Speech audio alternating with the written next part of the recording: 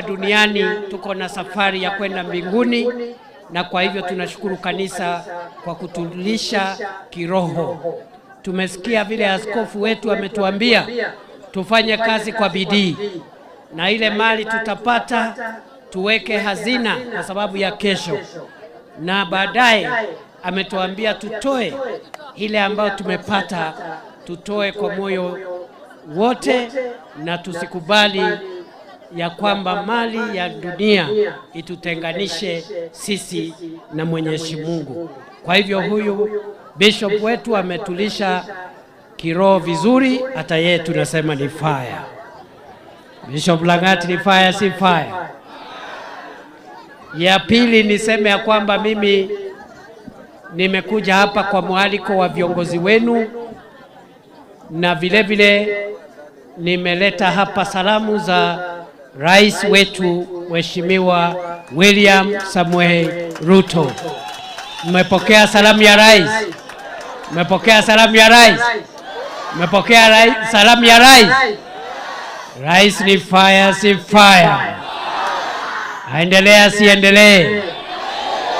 Nataka kwa ufupi niseme ya kwamba Mheshimiwa Rais William Ruto ametuongoza sasa kwa huu ndio mwaka wa 4, na kuna hatua ambayo tumefanya kama serikali chini ya uongozi wa Rais Ruto katika kuboresha masuala ya wananchi hapa katika taifa letu la Kenya. Jambo la kwanza, 2022 siku ile rais alikuwa anaapishwa, mahali uchumi wa Kenya ulikuwa sio mahali huko saa hii, kwa sababu tunajua ya kwamba wananchi wengi walikuwa wamelalamikia bei ya unga, na mahali bei ya unga ilikuwa 2022 sio mahali iko saa hii. Ni kweli, si kweli?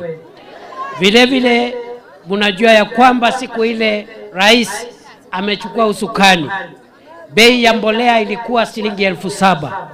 Leo mbolea kilo 50 sio 7,000, sio 6,000, sio 4,000, sio 3,000, ni shilingi 2,500. Ni kweli, si kweli? Ni kweli, si kweli? Na bei ya mbolea imeteremshwa isaidie mkulima wa kawaida hapa Kericho, hapa Sigwet-Soin, ndio apate nafuu, hawe ana uwezo wa kununua fertilizer, ndio tuzalishe chakula ya kutosha, tulishe taifa letu la Kenya, na mkulima aweke pesa mfukoni.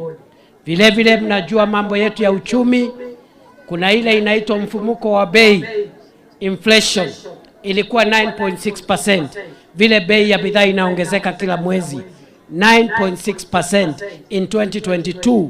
Rais ameteremsha sasa, by December last year hiyo inflation ilikuwa 9.6%, ni 4.5%, na inaendelea kuteremka. Pesa ya Kenya haikuwa na nguvu. Wale ambao wanaleta bidhaa kutoka nje ndio wauze katika ile mali tunanunua huku Kericho na huku Sondu, huku madukani. Hiyo bidhaa inatoka ng'ambo, wenye kuleta uleta kutoka China na nchi zingine, na wanatumia shilingi ya Marekani, dola. Na 2022 dola ilikuwa ghali sana kwa sababu shilingi ya Kenya haikuwa na nguvu. Ulikuwa unahitaji shilingi ya Kenya 165 ndio upatiwe dola moja. Lakini sasa kupitia sera na mabadiliko ambayo rais ameleta ya kiuchumi, shilingi ya Kenya imeimarika. Sasa ile dola ya Marekani ilikuwa 165 Kenya shillings, ni 129 Kenya shillings for the last 2 years. Dola ama shilingi ya Kenya imepata nguvu dhidi ya dola ya Marekani, na kwa sababu hiyo ndio tunaambia rais aendelee kutuboreshea uchumi, ili uchumi wa Kenya upate nguvu zaidi na wananchi wapate pesa na mali zaidi. Mnajua ya kwamba 2022 Kenya iliorodheshwa kama nchi namba 8 katika ukubwa wa uchumi wetu. Rais Ruto ametutoa kutoka namba 8. Tumepita nchi zingine 2 katika miaka mitatu ambayo imepita. Tumepita nchi ya Ethiopia, uchumi wa Kenya umepita nchi ya Angola, na sasa Kenya ndio uchumi namba 6 barani Afrika, na tunaendelea kusonga mpaka tufike namba 5, namba 4, namba 3, namba 2, namba 1. Tuko safarini tukielekea hapo. Na kwa sababu Rais Ruto anaendelea kupanua uchumi, ameteremsha bei ya mbolea na ameboresha shilingi ya Kenya imepata nguvu zaidi, tunasema yeye ni fire. Ni fire, si fire? Aendelee asiendelee? Rais Ruto aendelee asiendelee? Wacha nione wale wanasema Rais Ruto aendelee jameni. Jambo la pili, kwa sababu nimeongea mambo ya uchumi, niongee mambo ya kilimo.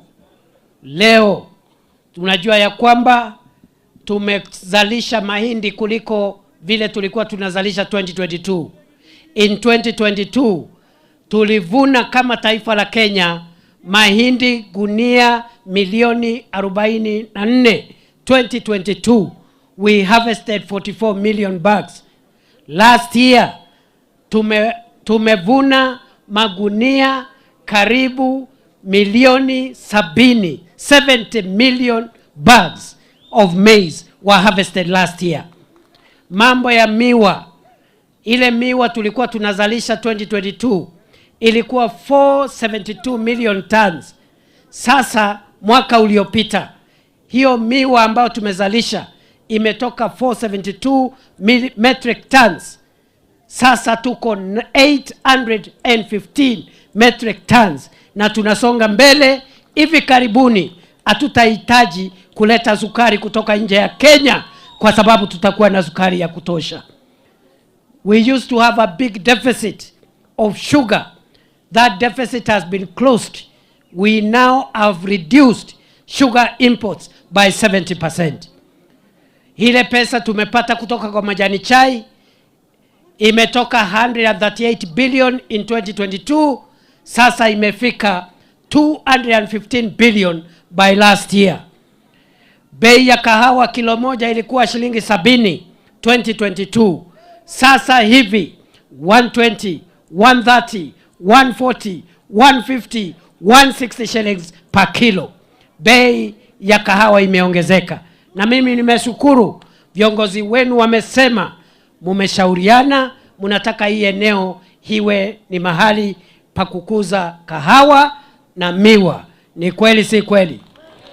Kwa hivyo hiyo ombi ambao mmeomba kupitia Senator Haron Cheruyot na MP wenu, mimi nitahakikisha kwamba mmepata mbegu za kutosha ya kahawa, mbegu ya kutosha ya miwa, ili mzalishe miwa na kahawa, mtengeneze mali vile Robert Langat Bishop wetu alituambia. Tufanye kazi na mikono yetu, tupande kahawa, tupande miwa, tupate pesa, na tukipata pesa tusikule yote, tuweke hazina, na ile ingine tupeane tithe kanisani. Tuendelee tusiendelee? Tuendelee namna hiyo. Jambo la tatu ni mambo ya ajira ya vijana wetu. Rais Ruto ameendelea kututengenezea namna mbalimbali za kuleta ajira kwa vijana wetu. Mnajua ya kwamba hii program ya kujenga manyumba na masoko na mambo ya hostels ya wanafunzi inaendelea Kenya nzima. Lakini sio tu nyumba tunajengea wananchi, sio tu masoko tunajengea wakulima na wanabiashara. Hiyo program ya affordable housing inasaidia kuongeza nafasi ya kazi kwa vijana wetu. The affordable housing program is not just about housing. It's not about markets only. It's not about hostels for students. It is also about creating jobs for our young people. Na already vijana 1,530 wameajiriwa katika affordable housing, katika markets, katika hostels, wanafanya kazi kama mason, kama plumber, kama architect, kama engineer, kama electrician na kama watu wa kufanya kazi ya mkono. Mimi nimesikia viongozi wengine wakisema ati watatupilia mbali program ya housing, program ya market. Ukitupilia mbali hiyo program, unahatarisha nafasi ya kazi 1530 ambao sasa hivi wanafanya kazi katika affordable housing. Na bado tunataka hiyo affordable housing na hostels ifikishe 1 million young people working in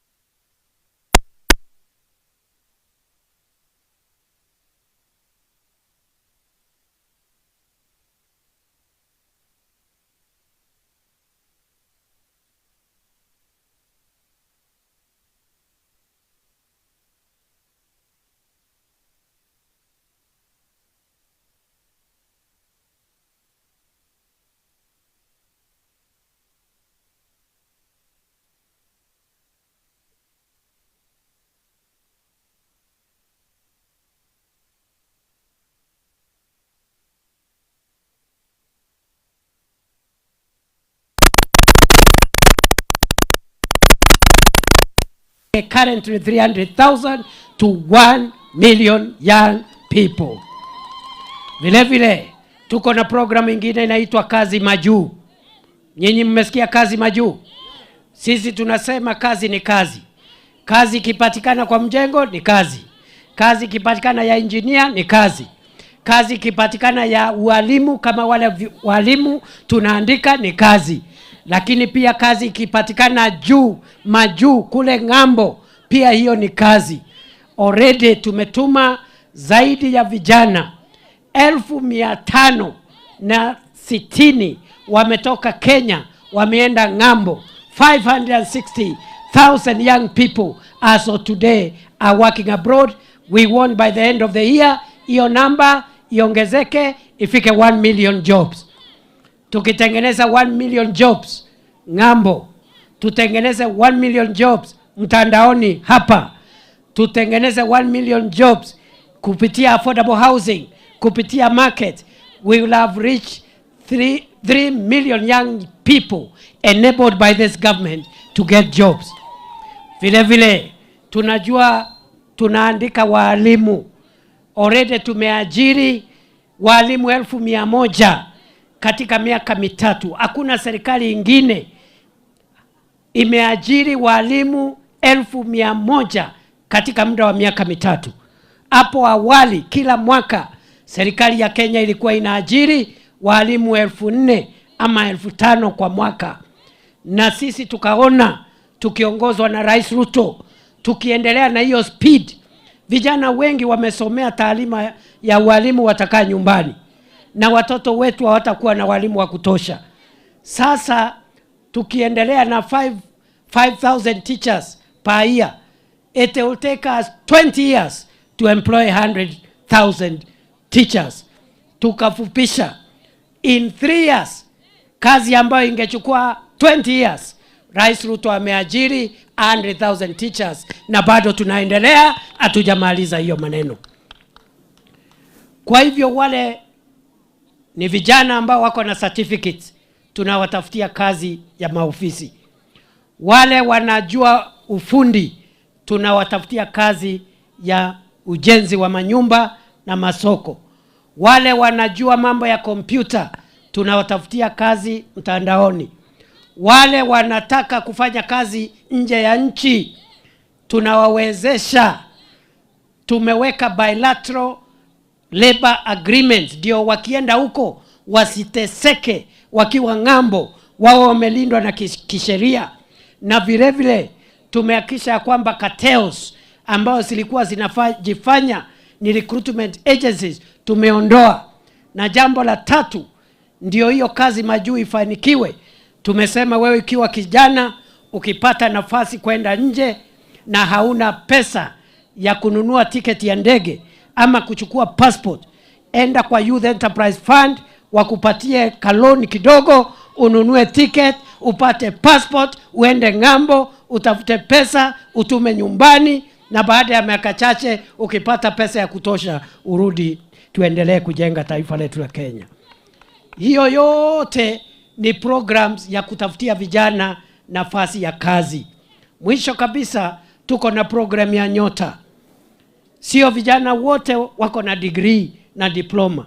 Sio vijana wote wataenda ngambo. Sio vijana wote watafanya kazi ya mtandao.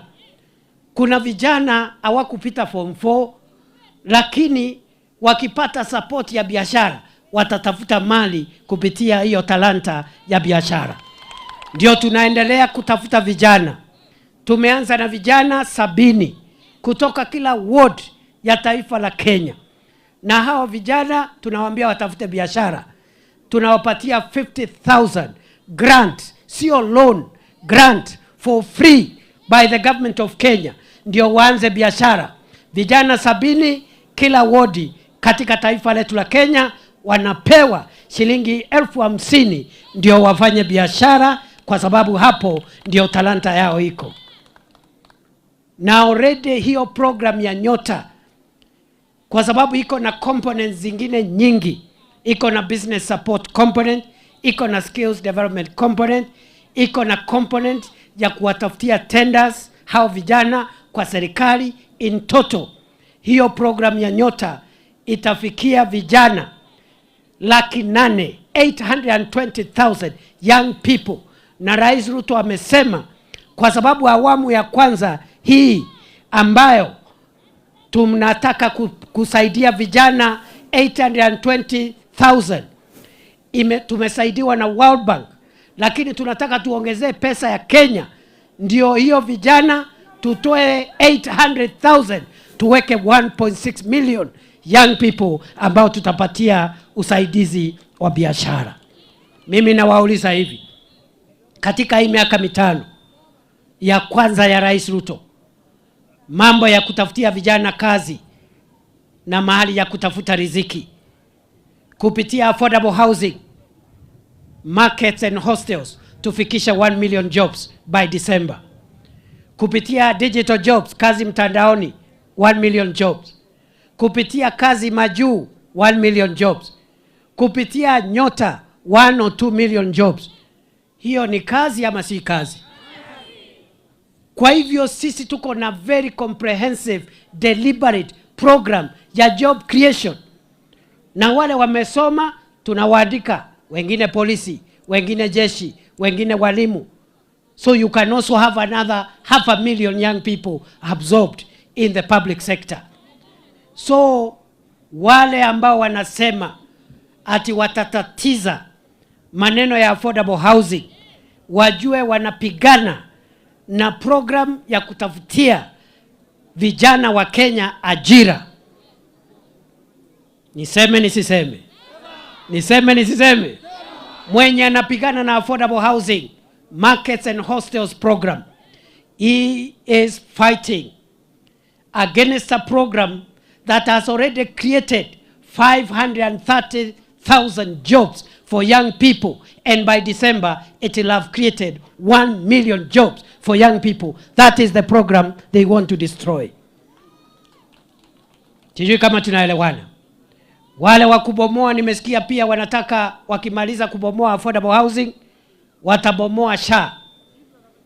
Hii program ya afya, munajua kabla ya 2022 hatukuwa na CHPs, community health promoters. Mwenye alileta program ya CHPs ambayo imeajiri wananchi zaidi ya 107,000, 107,000. Mwenye alileta ni Rais William Ruto. Sasa tuko na UHPs kutusaidia afya mashinani. Na tukaleta bima ya afya ambayo inasimamiwa na SHA. Nyinyi mmesikia kwa mara ya kwanza hii dispensary yetu hii inaitwa aje hii ya Maemba. Hii dispensary governor wetu wa Kericho ametuambia last week hii dispensary imetumiwa 1.2 million shillings kwa hii dispensary. Na hiyo ni pesa imetumwa kutoka SHA kwa hii dispensary. Hapo zamani dispensary kama hii haingeweza kuhudumia wananchi kwa sababu hawakuwa na pesa ya kutafuta madawa na kutafuta vifaa. SHA na hii program ya Taifa Care ambao wale wakubomoa ati wamepanga kubomoa, wajue ya kwamba NHIF ile wanataka kurudisha ilikuwa inasaidia Wakenya milioni 7.5 peke yao. The whole country NHIF ilikuwa inahudumia 7.5 million Kenyans. Today hii SHA ambayo wanataka kubomoa, wale watu wa kubomoa hawajengi manyumba, hawajengi masoko, hawajengi hostels, hawatafuti kazi, hawatafuti SHA, hawafanyi chochote, kazi yao ni kubomoa. Wajue ya kwamba hii program ya Taifa Care inahudumia sasa hivi kufikia leo asubuhi Wakenya milioni 29. 29 million Kenyans are benefiting from an insurance cover, a public insurance cover called SHA. Ati wanataka kurudisha NHIF ya watu milioni 7 au watu wengine wengi waangamie, wabaki hapo wakijitafutia mambo ambayo ni ya matibabu bila kupata suluhisho. So we are saying, good people, SHA iendelee isiendelee? SHA iendelee isiendelee? Affordable housing iendelee isiendelee? Mwisho kabisa, mambo ya masomo. Mambo ya masomo. Hii masomo, wakati Rais Ruto alikuwa anapiga kampeni, kila mwananchi Kenya alikuwa anasema ile curriculum ya CBC inapatia wazazi mzigo mkubwa sana. Walikuwa wanatuambia tuondoe hiyo CBC. Rais akaweka jopo kazi, Presidential Working Party on Education Reforms. Sasa curriculum ya CBC iko sawa kwa sababu imetengenezwa na wataalamu wakisimamiwa na Rais Ruto. Wakati rais anachukua usukani, hatukuwa na walimu zaidi ya 116,000. The needs in our teaching profession ilikuwa 116,000 teachers. Already in 3 years 100,000 have been employed. Tumebakisha 16,000 na tutaweka hiyo 16,000 kabla ya next year. Hii elimu vile vile tumejenga 23,000 classrooms across Kenya. Tunajenga saa hizi 1,600 laboratories. Ndio wale wameenda grade 10 na wanataka laboratories wapate shule ziko na laboratories. Nataka nimalizie kwa kusema ya kwamba hatutakubali elimu yetu ipate matatizo. Na mmesikia wiki hii Mheshimiwa Rais amesema watoto wote ambao wamehitimu kwenda grade 10 waende shuleni. Wale wako na uniform waende shuleni. Wale hawana uniform waende shuleni. Wale wako na school fees waende shuleni. Wale hawana school fees waende shuleni. Hiyo mambo ingine yote tutazungumza watoto wetu wakisoma. Sijui kama tunaelewana jameni. And already I want to inform the naysayers, after the presidential directive, I have spoken to the Ministry of Education this morning. Ile transition rate ambayo ilikuwa chini about 50-something%, this morning 92% of grade 10 children are already in the classroom. Tumebakisha 8%. We want this week tukamilisha hiyo kazi. Kila mtoto, the 8% that is remaining should report, ndio tuongee hiyo mambo ingine watoto wetu wakiwa shuleni. Kwa hivyo rais na sisi tuko na program ya kuboresha uchumi, ya kuboresha kilimo, ya kutengeneza kazi kwa vijana, ya kuongeza mambo ya ajira, na tuko na program ya kuboresha afya na pia maneno ya elimu. Na ndio tunasema kwa sababu ya hiyo kazi nzuri tuendelee kuwa pamoja. Rais hata ameweka gia ingine, tukienda mbele tunataka tutoe uchumi wa Kenya kutoka third world tupeleke first world economy in a single generation, and President Ruto has assured us and we are clear that it is possible. Ndio unaona program ya mabarabara ambazo zilikwama 15 years 20 years ago, tumerudisha contractors. Na ile barabara ambayo mmelilia hapa, huyu Kiptoyot amesema mambo ya hiyo barabara, Senator Keter amesema mambo ya barabara, huyu Justice Kemei amesema mambo ya barabara. Hiyo barabara mahali imebakisha kwa sababu viongozi walikuwa wameenda waombe hiyo barabara ambayo imeshikanisha barabara mingi 82 kilometers. Mimi naenda kukuamua itangazwe katika wiki ambayo inakuja, ili hiyo barabara ipate contractor, ijengwe, wananchi wapate usafiri. Nifanye hiyo kazi? Nifanye hiyo kazi?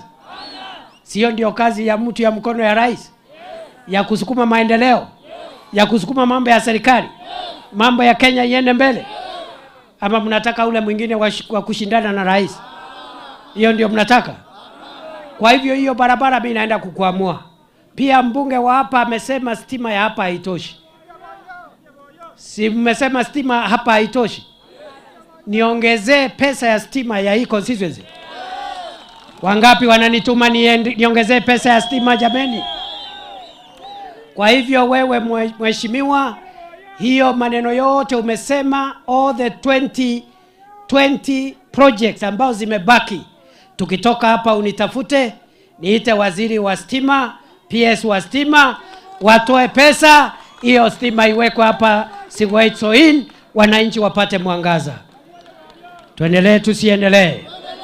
Tuendelee tusiendelee? Nikimalizia, mimi naotaka niseme ya kwamba kuna maneno nimeambiwa hapa na Bishop, na pia women rep wetu pia amerudia hiyo maneno. Amesema ya kwamba our pastors ambao wameunda hii hafla tuwatafutie motorbike ndio wahubiri neno wakiwa na mobility, na hata wale wengine labda ambao hawako hapa. Kwa hivyo mimi nataka nitangaze ya kwamba kupitia ombi la Bishop Langat na women rep wetu, mimi nitatafutia hawa mapastors motorbikes ndio watuhubirie na watufikie katika manyumba yetu. Vile vile viongozi wetu hapa, Governor Mutai na pia Senator Haron Cheruyot, na vile vile wale viongozi wengine wote wameomba ya kwamba ati kwa sababu mdosi yangu ndio alinunua shamba ambayo ilijengwa hii hospitali, ati sasa mimi niendelee na hiyo kazi ya mdosi, nimsaidie kazi, ninunue hii kiwanja. Mnasema hivyo ndio hii hospitali iwe na mahali kubwa ya kupanua vifaa vyake? Mnataka ninunue hii shamba niendelee na ile kazi rais alikuwa ameanza? Kwa hivyo ninunue hii shamba? Wangapi wanasema tununue hii shamba? Very good. So wewe Kiptoyot na governor, mimi nitawatuma murudi hapa mulete pesa ya kununua hii kiwanja. Na vile vile governor amesema hata nikinunua kiwanja ati hiyo haitoshi. Ati anasema ofisi yangu ni kubwa. Ati hata nikinunua kiwanja pia nijenge maternity. Wamama hoi! Wamama hoi! Nijenge nisijenge? Nijenge nisijenge? Mbona ni wamama peke yao wanasema nijenge maternity? Mbona wanaume hamtaki wake wenu wakupate maternity? Mbona wanaume hawasemi tujenge maternity? Mbona ni akina mama peke yao wananiambia nijenge maternity? Kwani hiyo maternity ni nani wanafanya hiyo maneno? Si nyinyi wanaume? Hiyo biashara ni akina nani? Si ni nyinyi? Kwa hivyo tujenge maternity kwa sababu ya wazazi wetu, kwa sababu ya wake zetu na watoto wetu wa kike. Wangapi wanasema tufanye public participation? Bas, kwa hivyo governor, kwanza mimi nitatuma huyu leader of majority pesa ya kununua shamba. Pia nitatumana pesa ya kununua bodaboda ya pastors. Pia nitatumana baadaye tukinunua shamba pesa ndio tutafute contractor tujenge maternity au kina mama wapate mali safi na kufanya hiyo mambo ya kujenga familia. Tuendelee tusiendelee? Si nimesema pia hiyo barabara naenda kuharakisha. Bas, mimi najua ya kwamba pia hapa Kericho County tunangojea ile level 6 hospital ambaye tumepata pesa ya kujenga, ni mambo kidogo imebaki. Senator Aaron ameniambia mambo kidogo tu imebaki, ikikamilika tutaanza ujenzi wa Kericho level 6 hospital.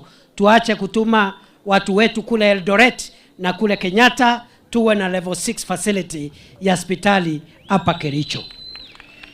Mnajua ya kwamba vile vile tumeanza ujenzi wa kupanua barabara ya kutoka Rironi pale Limuru kupitia Nakuru kwenda Mau Summit.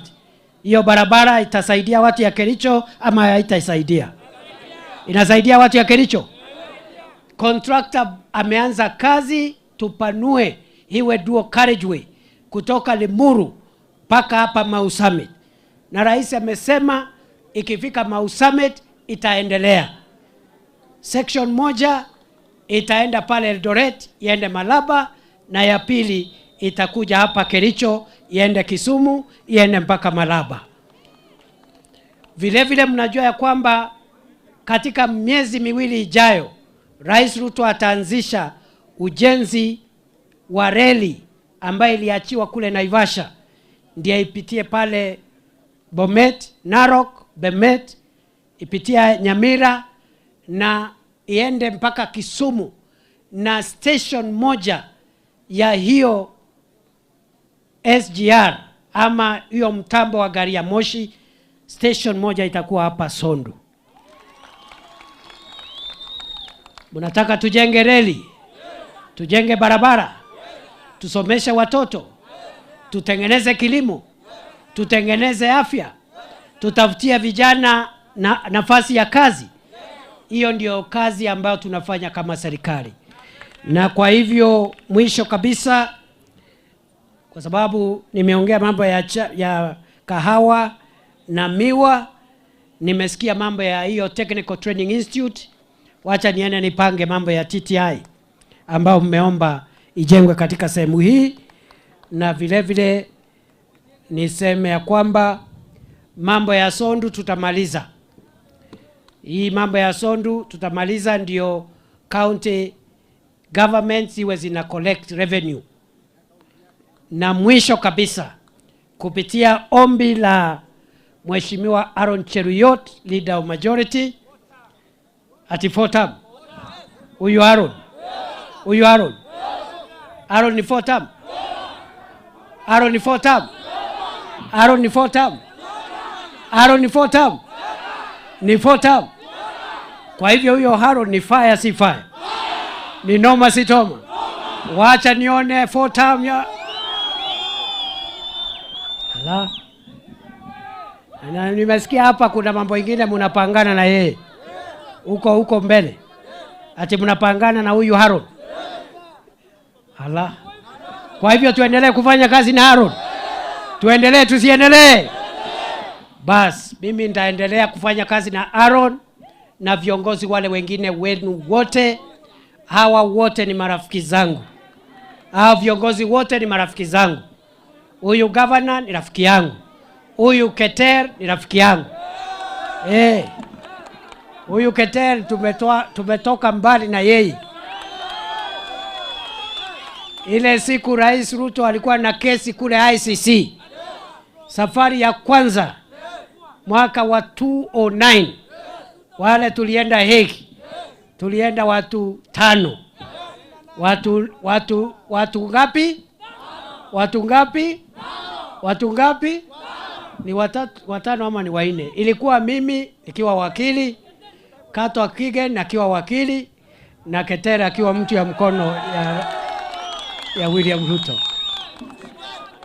Lakini tukaambia rais angoje kwanza tufike ndio tuone kama wazungu wamempangia maneno hapo ya kumwaibisha. Tukaenda clear the way, alafu tukamwambia akuje, kwa sababu tulikuwa hatutaki afanywe mtego huko, akifika huko alafu wamfungie.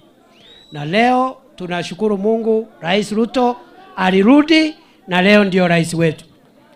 Mimi kwanza, wateja wangu wote wawili walikuwa marais. Uhuru Kenyatta akarudi akawa rais, William Ruto akarudi akawa rais. Kwa hivyo mimi nashukuru sana hiyo kazi. Na wewe ate mnasemaje? Ate mnasemaje? Mtaunga Rais Ruto mkono? Mtaunga Rais Ruto mkono? Wacha nione salamu ya Rais William Ruto, salamu ya Rais William Ruto. Bas, kwa hivyo wacha tuachie hapo, tuchangie haya makanisa baadaye tu kidogo tu. Wacha tuchangie hii makanisa ndio tujue leo tumetoka hapa tumejenga hii makanisa 14. Si namna hiyo? Si namna hiyo? Kuna pesa mmesanya kamati, kuna pesa mmesanya, tutangaze ama nitangaze ile nimekuja naye? Kuna kamati mlichanga pesa ama tuanze saa hii tu? Haya, wacha niambiwe ni ngapi. Ni fire si fire, ni noma si noma. Haya, tujenge kanisa, tujijenge. Bas, kanisa semeni yenu. Semeni yenu kanisa. Nitangaze tu saa hii. Kwa ngapi? Excellent. Hebu sikizeni. Jameni, nyinyi wa Kristo mmefanya kazi kubwa sana kupitia pastors wetu already.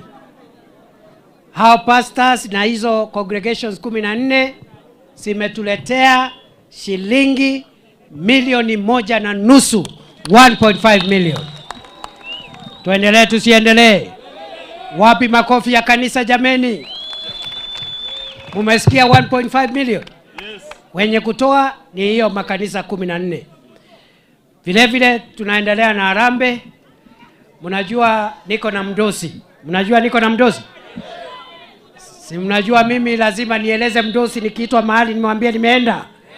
Wakati nakuja hapa, wakati nimekuja hapa, nimetumwa. Ngoja.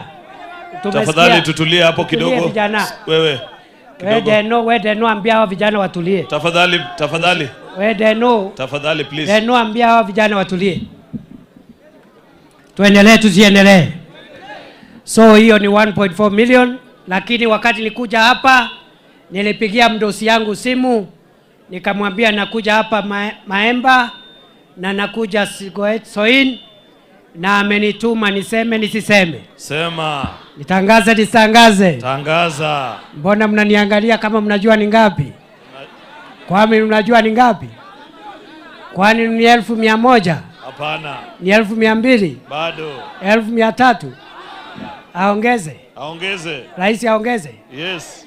Ni mtu ya area. Ni kiongozi wa taifa. Yes. Acheze kama yeye. Ifike 1,500. Ndio. Ifite. 700? Bado. 900? Bado. 1,000,000? Bado. 1,1.2? Bado. 1,1.5? Bado. 1,800? Bado. Na ikifika hapo mbele aongeze. Afanya hivyo? Yes. Afanya hivi? Kwa sababu yeye ni mtu ya tutam. Ni mtu ya tutam. Wacha nione wana nasema rais afanye hivyo jamani. Sasa amecheza kama yeye na hata zaidi. Amecheza kama rais wa 2 term na hata zaidi. Kwa hivyo Rais Ruto amenituma na 3.5 million. Wewe. Rais Ruto ni fire si fire? Fire. Aendelee asiendelee? Aendelee. Wacha nione salamu ya rais, salamu ya rais, salamu ya rais. Na mimi, wewe mmesikia ya rais ni ngapi? Yes. 3.5 million. Si namna hiyo? Na kwa sababu mimi ni mtu ya hapa, unajua mimi ni mtu, simesema mimi ni Arap Kindiki. Hata niko na relatives hapa Inamoi, wengine wako huko Kipchimchim, wengine wako pule Londiani, niko na relatives. Mahali familia yetu ilibarikiwa huku, mmoja wetu akapata network hapa. Sasa tuko na family huku, na my father-in-law alikuwa na several. Najua ni wale wazee wa zamani. Sasa iko Inamoi, ilikuwa headquarter hapo. Headquarter yake ilikuwa Inamoi, ako na ingine huko. Si mimi ni mtu ya nyumbani? Ndio. Si mimi ni mtu ya nyumbani?